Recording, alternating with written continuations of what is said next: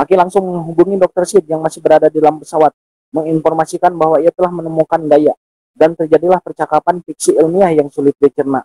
Namun inti dari percakapan mereka seperti inilah. Keberadaan Gaia di kawah Phantom menjelaskan kenapa spirit ke-8 berada di sini.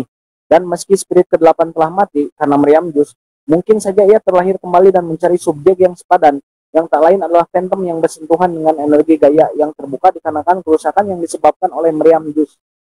Dr. Sid memerintahkan Aki dan Gray untuk tidak menembaki Phantom yang ada di sana.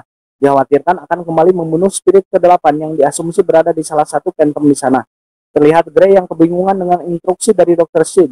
Kawanan Phantom mulai mengepung Gray dari berbagai arah. Namun Gray tidak bisa berbuat apa-apa. Selain berdiam diri menunggu Dr. Sid berhasil mengidentifikasi Phantom mana yang ada spirit ke-8-nya. Sedangkan Aki malah mencoba tidur di ATP-nya, mencoba mencari kembali jawaban lewat mimpinya. Dan Shin beralih ke dalam mimpi Aki, yang mana kali ini lebih absurd dan agak sedikit susah dijelaskan, mengingat harus mencari korelasinya dengan keadaan di dunia nyata. Terlihat Aki berdiri tumpukan jasad-jasad para Phantom. Tak lama dari tubuh Aki keluar energi yang membentuk seperti Phantom dan malah menyerang balik Aki. Namun tak lama dari tubuh Aki keluar lagi sebuah energi dengan warna yang berbeda. Terlihat energi ini mengubah bentuk dan warna energi Phantom yang menyerang Aki. Saya asumsikan energi ini adalah spirit ke-1 sampai ke-7 yang ditanamkan di tubuh Aki. Setelah energi Phantom tersebut dikalahkan, lingkungan mimpi di sekitar Aki berubah dari yang asalnya tandus menjadi subur hijau dipenuhi tanaman di sekitarnya. Aki kembali dari mimpinya. Ia langsung menjelaskan ke Dr. Sid bahwa ia telah menemukan spirit yang ke-8, atau tepatnya spirit ke-8-nya yang telah menemukan Aki. Aki dibantu oleh Gray langsung memasukkan ke seluruh spirit yang telah ia kumpulkan ke dalam sumber energi dari tameng pelindung di dalam kendaraan ATP mereka, yang diharapkan dengan menggunakan installment tameng tersebut, ke-8 spirit akan membentuk sebuah gelombang yang akan menghapus seluruh Phantom di muka bumi ini. Terlihat yang dilakukan Aki tidak ada hasilnya dan kawanan Phantom sudah mengerumuni kendaraan mereka. Namun sesaat sebelum salah satu Phantom akan masuk ke kendaraan mereka, dari kendaraan tersebut keluar gelombang energi yang berbentuk cahaya yang seketika menyebar luas ke segala arah. Dan Phantom yang terkena cahaya tersebut lenyap seketika itu juga. Terlihat semua Phantom di areal tersebut satu persatu musnah menghilang terkena gelombang energi yang makin lama makin membesar. Bahkan Raja Phantom pun juga perlahan musnah terkena gelombang tersebut. Apa yang dikerjakan oleh Dr. Sid dan Aki akhirnya membuahkan hasil. Namun di lain tempat, General Hand terlihat mengoperasikan kembali meriam jus dengan tangannya sendiri dan lagi-lagi menembakkan meriam tersebut. Kali ini tembakan jus tepat mengenai sumber energi Gaia. Terjadi ledakan yang sangat hebat dari dalam Gaia, yang menyebabkan gempa di areal kawah Phantom tersebut. General Hand yang belum puas bersiap melakukan tembakan kembali, meskipun stasiun tidak sanggup lagi bertahan jika meriam tetap ditembakkan. General Hand tidak peduli dan tetap mencoba menembak kembali. Alhasil, alih-alih meriam kembali menembak, kerusakan demi kerusakan terus terjadi di stasiun tersebut, yang mengakibatkan stasiun tersebut meledak dengan General Hand di dalamnya.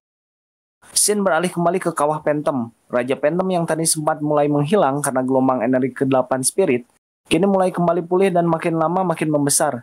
Dikarenakan kini Gaia milik Phantom lebih dominan karena tidak ada Gaia dari planet bumi yang telah hilang dikarenakan tembakan terakhir dari meriam jus. Kini satu-satunya harapan untuk menyelamatkan planet bumi adalah menggunakan kembali ke-8 spirit yang masih bersemayam di tubuh Aki. Namun karena ATP mereka sudah rusak berat, satu-satunya cara adalah Aki dengan langsung membuat kontak dengan Raja Phantom, atau dengan kata lain mengorbankan dirinya.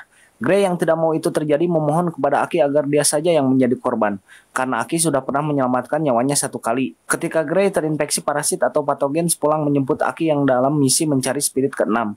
Kini gantian Gray yang menyelamatkan Aki. Meski berat, Aki akhirnya menyetujuinya.